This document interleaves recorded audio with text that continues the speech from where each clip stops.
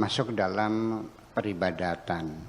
Sebelum kita masuk, coba kita bangun dulu persepsi pemahaman tentang ibadah itu seperti apa secara utuh. Jangan ada kegamangan di tengah-tengah. Sebelum kita masuk kita paham dulu. Kita mau ke Jerman, ya harus tahu Jerman itu di mana. Dikiranya Jerman itu sebelah baratnya Pleret dikiranya. Jajaran Palimanan. Iya ya, itulah banyak sekali orang beranggapan salah. Dikiranya ketika saya di Libya, dikiranya Libya itu dekat dengan Ka'bah, dengan Mekah. Pengen ketemu, ya naik pesawatnya 4 jam dari Libya ke Mekah mah.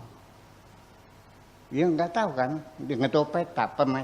Jadi kita sendiri sebabnya kenapa kita menjadi kacau balau, karena kita tidak bisa membangun persepsi yang seutuhnya.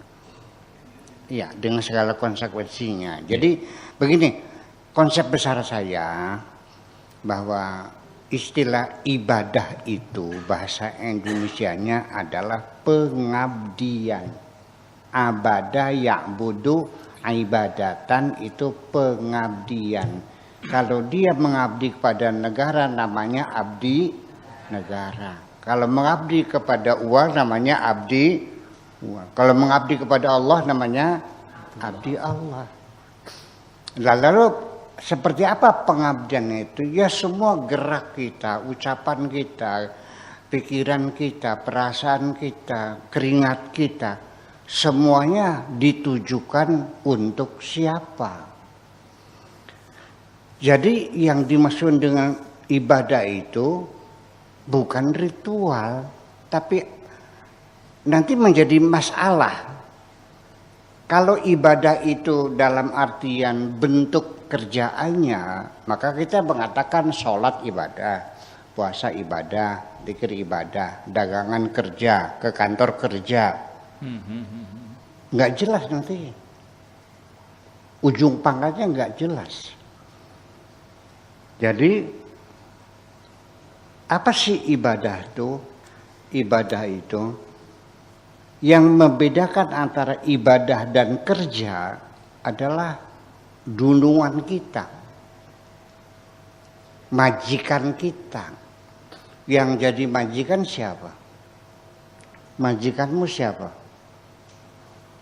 Maka ketika majikanmu Allah dan semua apa yang kau kerjakan untuk majikanmu, maka apapun yang kau lakukan itu semuanya ibadah.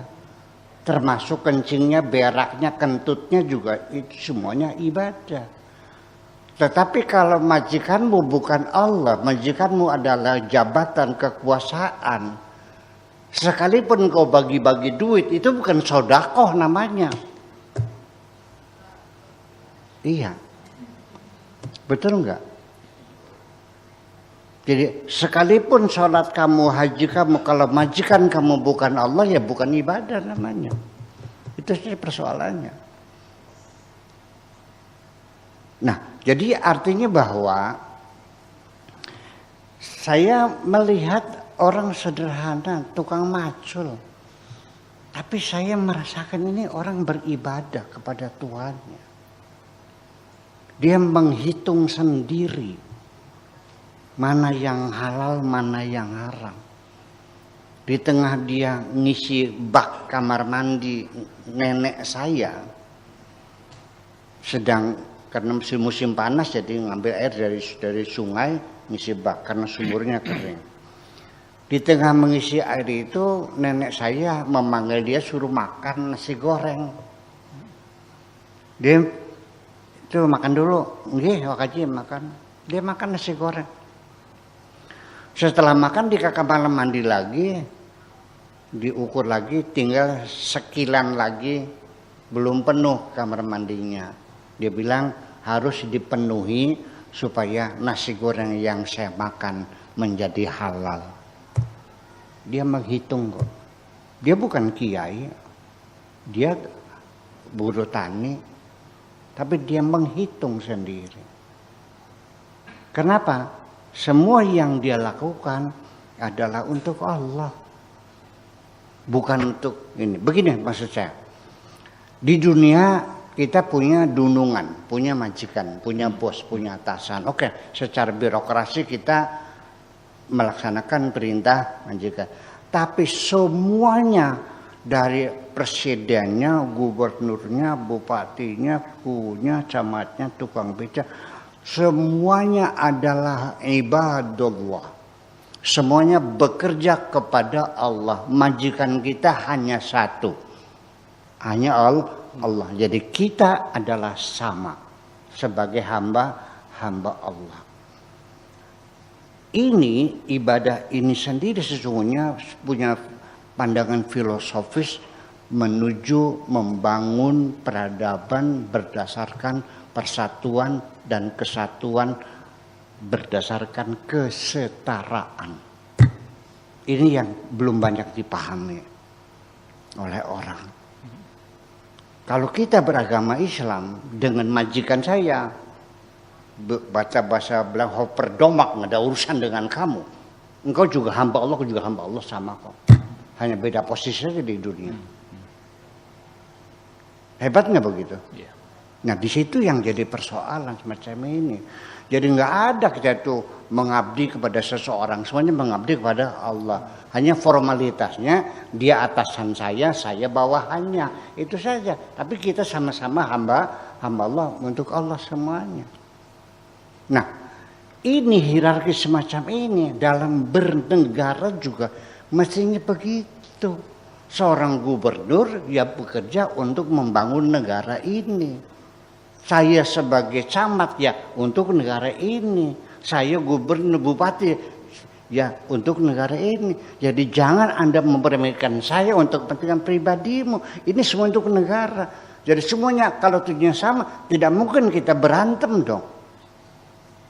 Nah ini yang jadi persoalan, bahwa artinya bahwa mengenal Tuhan itu diimplementasikan dalam pengabdiannya, bahwa semua apa yang dilakukan adalah untuk Tuhan. Sejauh mana orang yang kenal Tuhan, kualitas beribadahnya, ketika saya membantu seseorang yang sedang susah, ya karena belum makan atau karena sakit tidak bisa berobat. Kalau saya sudah mengenal Tuhan, maka dipastikan saya tidak akan pernah merasa menghutangi budi kepada orang lain. Dan saya tidak akan pernah menagih kebaikan saya. Dan saya tidak akan pernah merasa bangga telah berbuat baik kepada sesama. Karena semuanya itu, karena uang yang kau berikan kepada orang yang sakit itu adalah uang dari Allah. Yang menggerakkan hatiku membantu dia adalah Allah.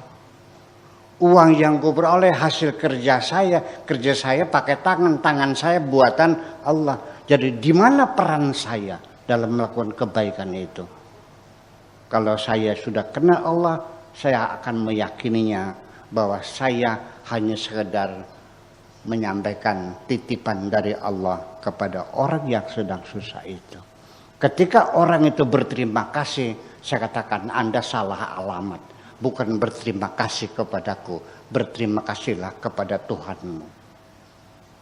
Sudah sampai ke situ belum, Kang Beno? Lah itu yang persoalannya.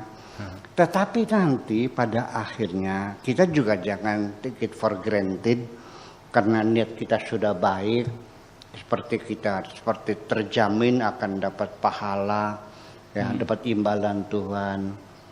Pertama, orang yang sudah kenal Tuhan pasti dia tidak akan pernah mengharapkan imbalan apapun. Ya, I do it just because I love you. Kulakukan ini karena aku mencintaimu. Itu yang jadi persoalan. Tetapi ingat lagi, saya ulang lagi supaya jangan lupa. Ini kita lagi cerita niat yang baik, persepsi yang benar. Sebelum kita melakukan sesuatu kita mesti paham dulu, karena akan menentukan kualitas. Sampai tidur juga kualitasnya berbeda. Ingat bahwa tidak semua niat baik kita itu mulus sampai akhir. Di tengah perjalanan kita dirampok dan kita tidak sadar. Oke, daripada saya bicara dengan bahasa filosofis muter-muter, saya kasih contoh aja deh, biar gampang memahaminya. Ada pengemis kurus kering datang ke sini, bergetar badannya saat menahan laparnya. Tuhan menggerakkan hatiku, tolonglah hambaku yang susah itu. Baik, sami'na wa ata'na. Baik, kutolong wahai Tuhanku. Saya ambil uang. Berapa ya wahai Tuhanku? Kasih 200.000. Iya kan? Di tengah saya akan menyerahkan uang itu, iblis datang. Tercium gak bau busuknya orang itu? Tercium. Itu lihat lalatnya, bawa penyakit. Bau busuk. Hampir mau muntah saya. Segera kasih uang, suruh dia pergi. Akhirnya saya kasihkan uang. Nih, silakan, udah. Saya bersedekah atau ngusir orang? Ngusir orang. Dirampok kita kok. Tulisannya mengusir orang, bukan sedekah. Silakan nanti lihat di kitabmu, kejahatan, mengusir orang. Tidak semudah itu kehidupan ini. Saya juga sering, dan bukan katanya, digoda semacam itu. Karena ada orang lagi susah, ketika saya bantu, kebetulan lagi banyak tamu, saya disuruh oleh iblis, suruh membantu orang itu di depan tamu yang banyak, dihitung satu-satu. Saya mau bantu uang 2 juta. Saya hitung ratusan. 1, 2, 3, 4, 5, 6, 7, 8, 9, 10. Nih juta ya. 1, 2. Lagi pamer pada mereka. Pengennya begitu. Saya katakan, nah iblis masih cerdas aku daripada kamu ini. Aku paham kok semuanya itu. Kita tiap hari. Inna syaitana lakum aduwwum mubin, setiap hari kita berantem dengan mereka. Kadang-kadang kalah, kadang-kadang menang. Jujur aja deh, saya juga sering kalah kok. Iya, tapi kan dievaluasi lagi, kan begitu persoalannya. Tidak ada jaminan kita selalu menang. Bersiap-siaplah untuk menang dan bersiap-siaplah untuk kalah dalam kehidupan ini. Tetapi kekalahan itu adalah satu pelajaran penting bagi kamu. Terima kasih. Ya.